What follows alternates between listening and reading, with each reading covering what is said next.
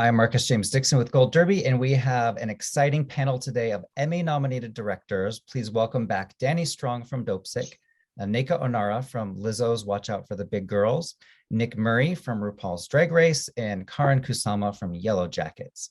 So this is a question for everyone, and let me start with you, Karyn. When did you know you wanted to be a director, and what was your big break in Hollywood? Wow. I knew I wanted to be a director after a spring and summer when I was 13 years old, and Martha Coolidge's Valley Girl and Amy Heckerling's Fast Times at Ridgemont High came out about the same season, and to see their names on the screen at the end, it was just really powerful to see a woman's name. And suddenly I thought to myself, oh, wait, maybe I can do what they do. My big break was probably after I made my first feature called Girl Fight. I just got an opportunity to meet a lot of people and, get an agent and get a little bit of support in the business. And that changed my life considerably. And Nneka, how about you? I really initially started in music television. I worked with all the Viacom companies, MTV, VH1 and stuff like that, BT as well. And I felt like I wanted to have agency over the stories that I told. So I took 10,000 of my own dollars that I had saved up in my 20s, and I had created my own documentary called The Same Difference, which is about internalized homophobia within the Black lesbian community. And when I end up traveling to like 250 cities that year, just alone with that film, I realized that it was a part of my purpose, is to connect to communities and be able to tell authentic stories that normally don't get to be told in a commercialized world in a commercial way. And I moved to Los Angeles and got signed to WME just by being at a party, talking to a random guy about my story. I had no idea that he was an agent at all. I was at Lena Waithe's Thanksgiving episode, Emmys nomination celebration. So it's funny how it all came full circle to be Emmy nominated. After I got signed with WME, I did the show My House on Viceland about the underground Vogue community, what happens since Paris is burning, basically, and really got to make my footprint on doing documentaries for Netflix and The Legend of the Underground, about Nigeria's underground LGBT community who are getting arrested for lack of freedom of self-expression, with John Legend as well. And after I did that film, that HBO film, I feel like it really allowed me to stamp my style of storytelling, which is super immersive, super honest, vulnerable stories that uplift. They don't just like tell sad stories, even though someone may be in a sad circumstance, but it shows how empowerment can come in a community that's normally oppressed. And so I feel like my big break, it's interesting. I never feel like a big break. It's always work to do. And I actually started directing to do Q&As. I went to a Dee Reese Q&A when she did the film Pariah at Viacom, and I saw how people were so inspired and it changed their lives when they had the conversation after the film. So I was like, how do I get to that end result where people feel liberated? And I was like, all right, I guess I got to do a film. And so that allowed me to find myself and my stamp here. So I think this time now is really solidifying who I am as a filmmaker and my style, my voice in storytelling. And Danny, how about you? Well, I was, and I still act, but my first 15 years of my career was as an actor. And then for the first time on the movie Recount, which it was a movie I'd written for HBO, the movie got made and I was behind the camera, not as a director, but as a writer on set. And the director was this incredible guy, Jay Roach, and he wanted me there for everything, which does not always happen on a movie. And I remember day 3 or 4, just being behind the monitor for 4 days, watching the process. I knew I wanted to direct from that moment. And Jay was so supportive and he could tell, that I was jonesing to do that. And so was constantly giving me advice and was extremely helpful, but it would be another 6-7 years before I actually directed something. And then as far as my big break goes, I love the answer that you don't feel like you've had your big break. Like I feel that same way. Like everything feels like the stakes are so high every time, and I'm learning every time. But it was that same movie, Recount, where I had been, just trying to pay my bills with any acting job I could get for the last 15 years. And then when this movie, when I wrote the script and it really blew up, and just completely changed my career.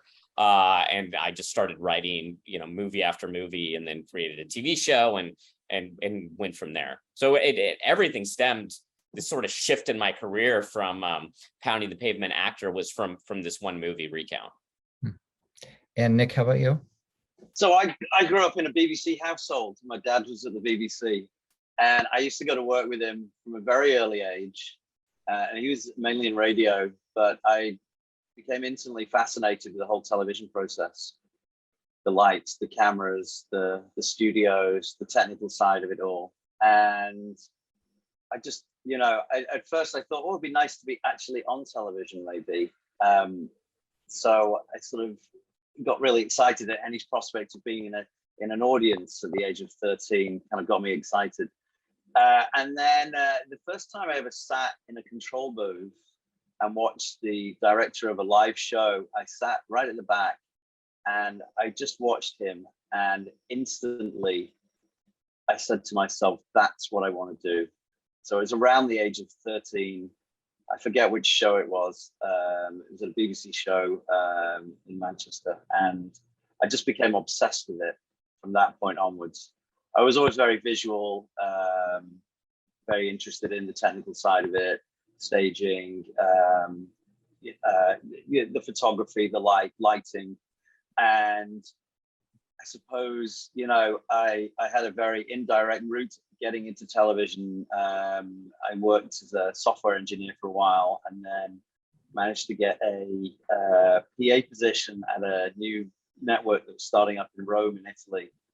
And after a year there, I moved to Sky Television and eventually managed to blag my way onto a directing course and did a lot of stuff, a lot of live television, live news, live sports.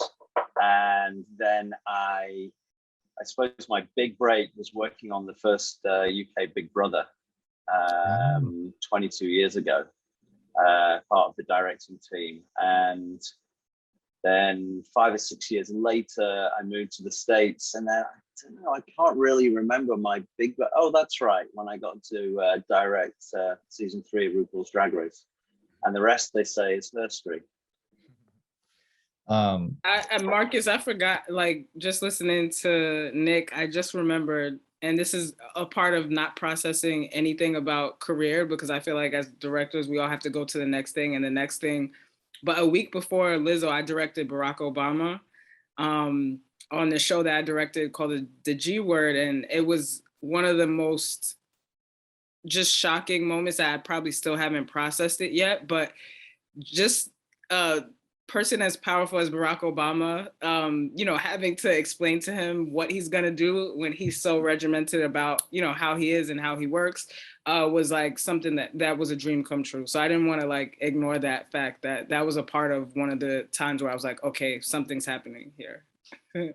Yeah, that's a big one. What was he like in person? He's powerful. Like I thought I saw power before, but Barack Obama has a level of composure that's almost like a methodical, state-of-the-art, cool, composed, sharp. Seems like he's very, very nonchalant. Comes across as super cool. Yeah, he's so with very nuanced, but you can tell that he's in charge. Yes, he has like it's hard. It's oftentimes you don't see like a level of poise and composure, coupled with being in charge. A lot of people take power to be like a very specific way of going about things, yelling or bravado or ego. No, but he's incredibly considered as well. That's what I particularly like about him. Absolutely. He thinks before he opens his mouth, which is always useful. Absolutely. And what was beautiful is, he was asking me about one of my choices that I made, and it was up to me to like decide, if we're gonna stick with this creative or change it. And, you know, I stuck to my creative and he really respected it. He was like, Nneka, you run a tight ship, Nneka. I love how you didn't move on that thing. And so, you know, it was beautiful to see like how he respected the craft of, you know, filmmaking. Like, you're the filmmaker, this is what I do. So I'm, you know, going to, you know, listen to what you advise at this moment. So that was beautiful. He's great. Karyn, I'll come to you for this one. What is something you know about directing today that you really wished you would have known at the start of your career?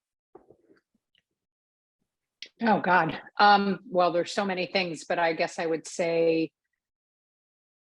that you'll never figure it all out. I mean, that it's this endless series of questions, and coming up against the questions and the obstacles is the job. And there's something really liberating about coming to peace with that, because I think it used to sort of feel like something I was going to have a greater sense of control over as a director. But in fact, I think what I'm becoming more comfortable with is how much I don't have in my control.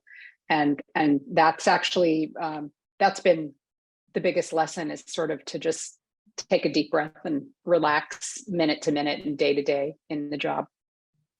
Yeah, in a way, the job's never finished. There's always something new and interesting to do, you know, a different job. It's not like well, that's the end of my directing job. Oh no, something else coming up, something new, interesting, challenging. And you know, obviously the older you get, I think, you know, it's this country really, which is why I love working over here, pays a lot of respect to experience that's gained as a director, and more so in this country than the UK, which I always found interesting. But it's for me, saying the word stop, to be able to pause and redo something, rethink something through. At the beginning of my career, I just let things, and I direct a lot of live stuff. So during rehearsals, it was like, oh no, it's going to get out of control. But to have that control and then to reset, rethink, and then redo, for me, is something that I've learned over the years. It's like, no, stop. This is what we're gonna change something, and then it'll be fine. And that's something I didn't know when I first got into all of this. And Danny, what about you? Everything. I mean, I every day I'm on set, it's as if I'm starting from scratch to a certain extent. I mean, I'm just sort of open to the process. I've over prepared in the past, and then gotten to set and then thrown everything away. And I think that there's something to preparation, to having a plan, but also being prepared to just completely move on from that plan. To go off script, right?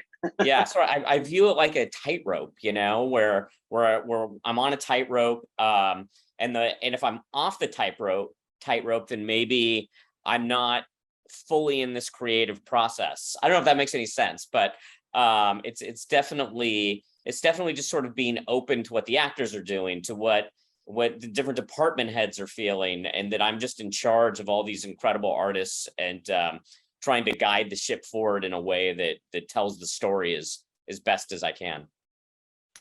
Our managing editor, Chris Beecham, says Steven Spielberg's advice to all new directors is wear comfortable shoes. So keep that in mind, everyone. So we have a couple minutes left. Get a good headset. Yeah. Oh yeah. Nuts, those little things in your ear. Jeez. For the final question, I kind of want to know if there are any Emmy voters watching. What do you have to say? What would it mean to you if you were to get up there, accept that trophy, and give a speech? Nneka, let's start with you. I mean, it would mean so much for, you know, just being a Black director, you know, queer, just someone who typically you don't even see in the genre. It means a lot, because it tells us that more of us can do this job.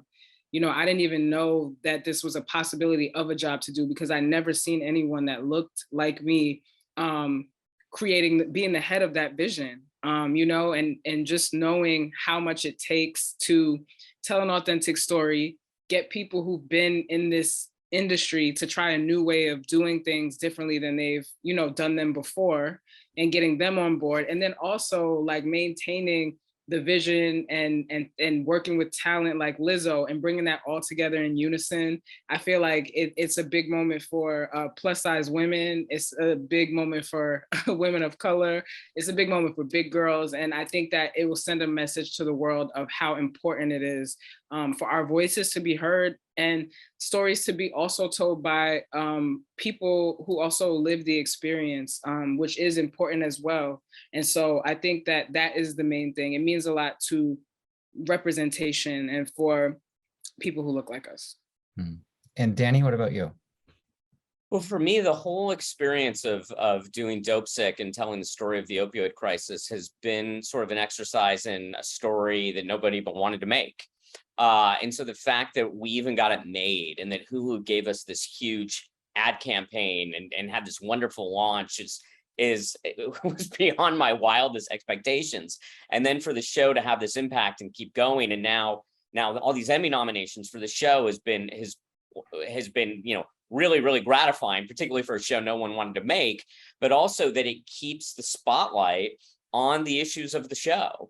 And any wins that the show gets will continue to do that. So for me, it's really about, it started at a very pure place, which was telling this story, exposing the crimes of Purdue Pharma that was run by the Sackler family to the nation in as dynamic and as compelling a way as possible. And then also at the same time, trying to bring a new understanding of addiction and what that meant, and to try to, you know, help overcome the stereotypes of addiction. In the case of Purdue, they blamed the people they got addicted for their own crimes, right? They called it hammering the abusers, when in fact, they were the real abusers. So anytime this show gets attention, for me, it's this sort of feeling of, wait, we're hammering the abusers, and the abusers are Purdue Pharma that was run by the Sackler family. So that's what this ultimately has all been about for me, and what it continues to be about through award season. And Nick? I'll keep this brief. If I get to win a third Emmy, I don't quite know what I'm going to do. I mean, it's beyond flattering, humbling, but I suppose, you know, what's going to affect me the most is just I'm so proud to be part of what is now a global phenomenon that started in a basement and now reaches across the globe. And it's basically, you know, spearheaded inclusion and acceptance for a whole generation.